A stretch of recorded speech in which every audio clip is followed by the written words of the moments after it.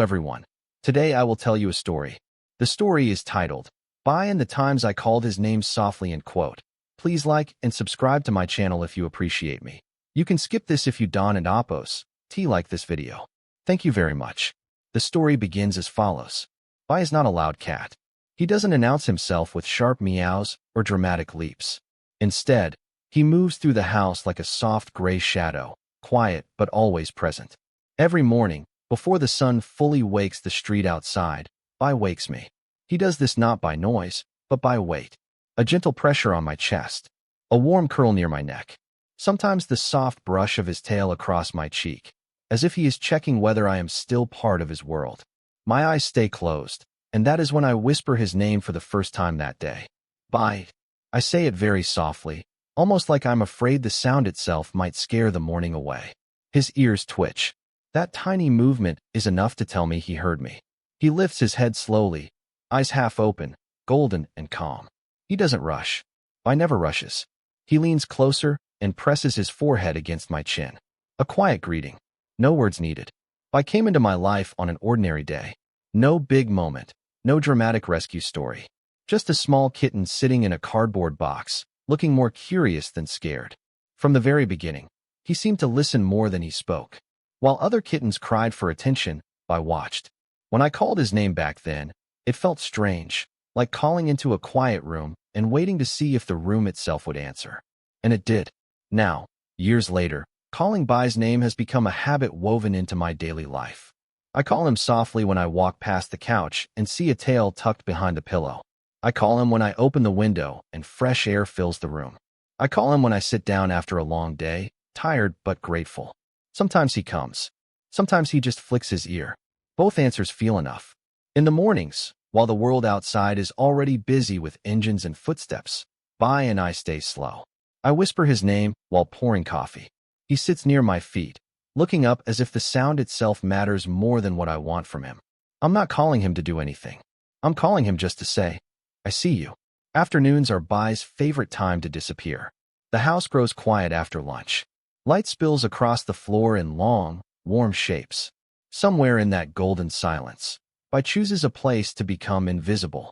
Under the bed, inside the wardrobe, behind the curtain where dust dances like tiny stars. When I can't find him, I don't search loudly. I sit down, let the quiet settle, and call his name softly. By. No panic, no urgency, just a gentle sound, like dropping a pebble into still water. Sometimes nothing happens at first. I wait. I've learned that waiting is part of loving an animal. Then I hear it, the faint rustle of movement, a soft thump, the whisper of paws against the floor. By appears slowly, stretching as if he has all the time in the world. He walks toward me, eyes relaxed, tail held low but confident. I never grab him when he comes. I don't reward him with treats or demand affection. I just speak again, quieter this time, as he sits near me. Good boy, By. He blinks slowly, the cat version of a smile. By has taught me that a name is not a command. It is an invitation.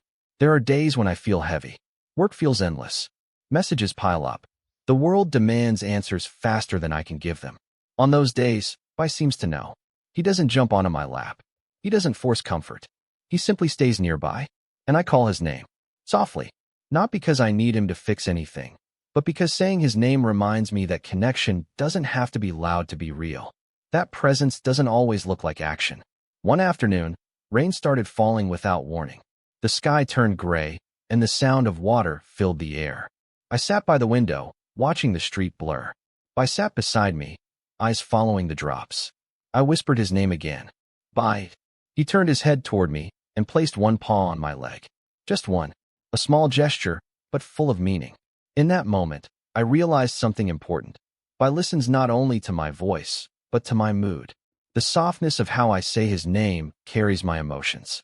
He responds not to the word itself, but to the feeling behind it. Animals understand sincerity better than language. And in a world full of noise, By and I have built a relationship made of quiet understanding, slow afternoons, and names spoken with care. Evenings with By are my favorite. When the lights are dim and the day finally loosens its grip, By curls beside me. I call his name softly one last time before sleep, and he answers with warmth, closeness, and trust. This simple habit, calling his name gently, has taught me lessons that reach far beyond our home. In today's fast-moving world, we often forget the power of gentleness. Bai reminds me that relationships, whether with animals or people, grow stronger when built on respect, patience, and quiet attention. Calling his name softly is my way of slowing down, of choosing kindness over urgency. From Bai, we learn that animals are not objects or entertainment. They are living beings with emotions, boundaries, and their own ways of communicating. When we treat them with empathy, we create a bond based on trust rather than control. In our daily lives, we can apply this lesson by listening more, speaking more gently, and giving space where it is needed. A soft voice, a calm presence, and sincere care can heal more than loud words ever could. Bai may be small, but through him, I've learned how beautiful a peaceful connection between humans and animals can be, and how that same kindness can make our world a better place.